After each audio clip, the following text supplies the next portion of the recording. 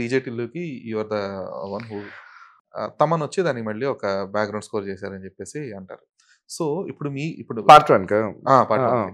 So, బేసిక్‌గా దాని యాక్చువల్‌గా ట్యూన్ మొత్తం అంతా చేసేది మీరే. దేర్ ఈస్ మిరియాల రామిరెడ్డి. అవును. అవును. రామ్ మిరియాల ఒక సాంగ్ చేసినప్పటికి కూడా అవును. ఆ బ్యాక్‌గ్రౌండ్ ఏదైతే మెయిన్ ట్యూన్స్ ఏవన్నీ వస్తాయో మీదే ఉంటాయి కదా! సో, ఇప్పుడు మీకు అండ్ తమన్‌కి కోఆర్డినేషన్ ఎలా ఉంటుంది? ఎందుకంటే ఆ సాంగ్ తాలూకా ట్యూన్సే ఎక్కడో ఒక చోట వినిపిస్తా ఉంటాయి. అంటే కోఆర్డినేషన్ అంటే కోఆర్డినేషన్ యాక్చువల్‌గా I didn't even know you know that అంటే ఇనిషియల్‌గా I was supposed to do but ఆ టైమ్‌లో there was some you know అంటే టైం తక్కువుందని చెప్పి సో హ్మ్. దే ఆప్టెడ్ నా సైడ్ నుంచి I wanted to do okay. But they opted for him. Parallel I was doing major also. I was a little busy that time, but I was ready to do it.